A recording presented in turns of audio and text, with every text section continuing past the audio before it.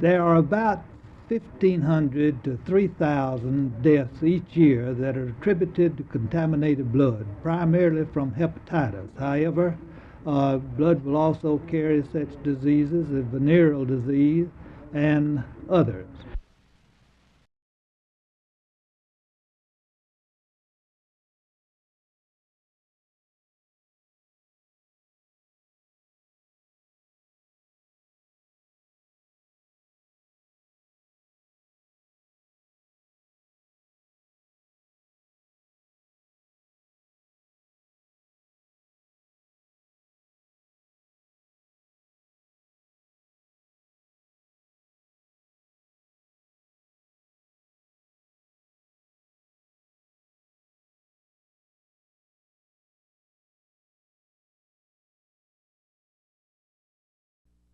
Be humanly impossible, Malcolm. It'd take many millions of dollars to carry out this court order, and it'll take a bond election, and I doubt very seriously if the people of Dallas County are going to build a country club.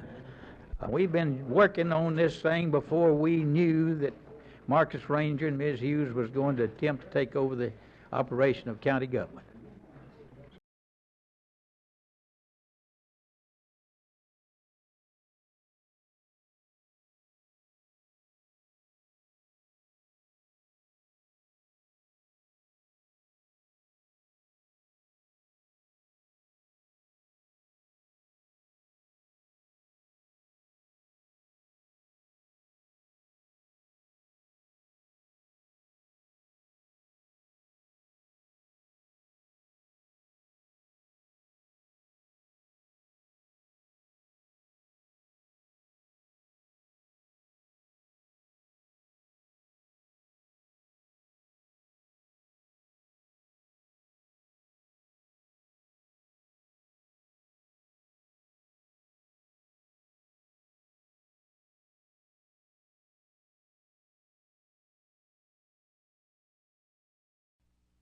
Say that we're not going to be able to comply with this court order by in 6 months?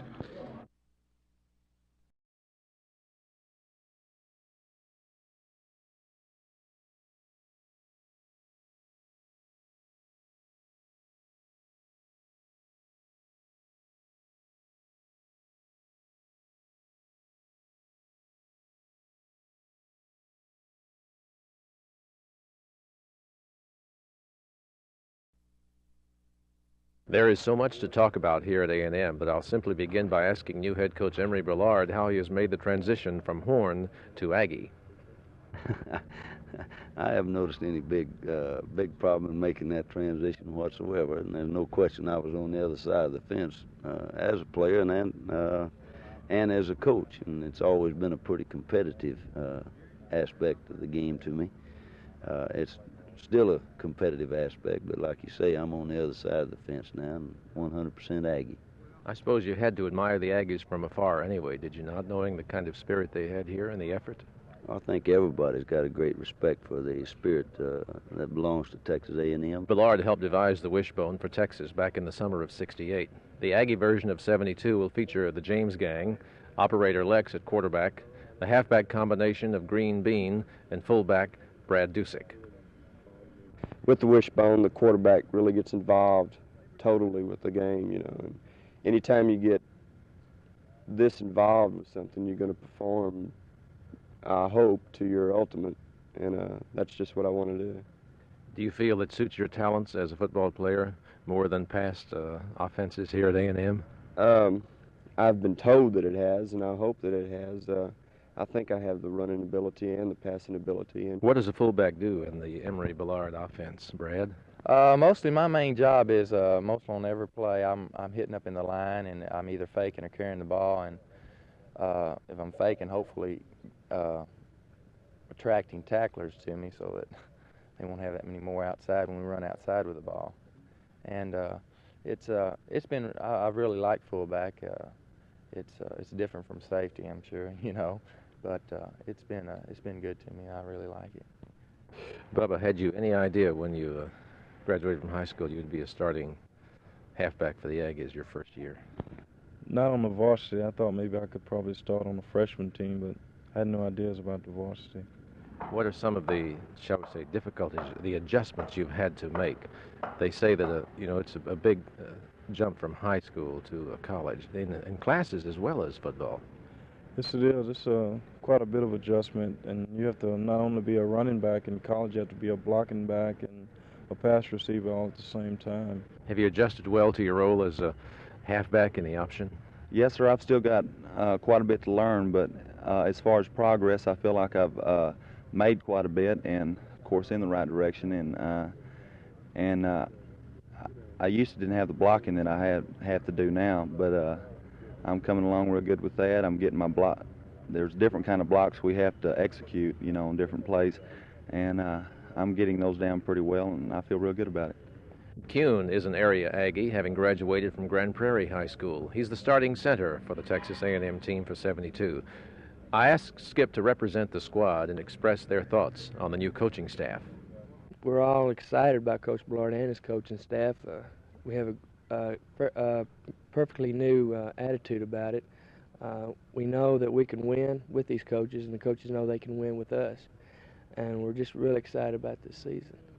And finally, that unknown ingredient that is always there, the spirit of Aggieland. Offensive tackle Ralph Sacra. I tell you, you can't, you don't know what the Corps can do for you until you've experienced it. I think, like the other night we had a yell practice over in G. Wiley White Coliseum, and just being there, I mean, I was ready to get out and play right then. Let's see, it was last night. From Kyle Field at College Station, this is Jerry Haynes for Channel 8 Sports.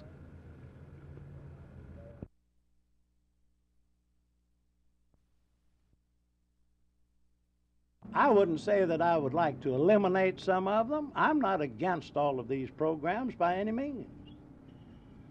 I am for, definitely, the basic elements of the OEO, Office of Economic Opportunity. But let's funnel these funds into the channels where the people who need it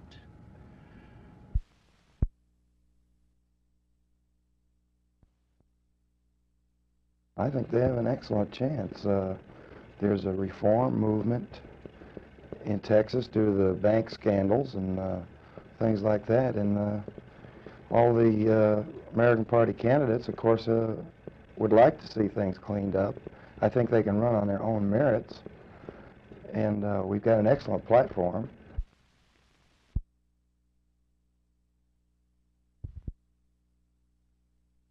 Zeter still lacks the stamp of City Attorney Alex Bickley's approval of the plan, and he says he has some minor adjustments to make in district lines.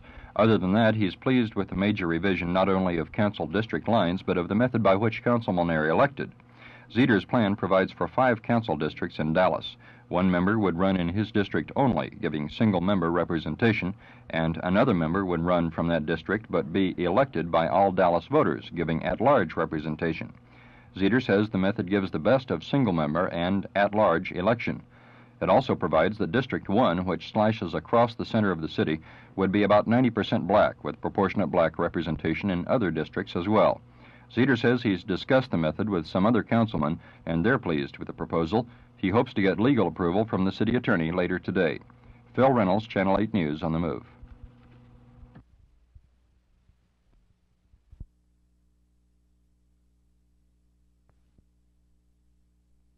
There are primarily 2 ways we foresee. One is during the development process not to cover over the streams and the natural areas and so forth, and we hope to be able to help them with this. But then the other way we believe is in the matter of a cooperative effort with the several communities and the counties working together. And I believe that Tarrant County provides a very good example of this with their Tarrant County Park System Study Committee, which is aiming just at that very objective.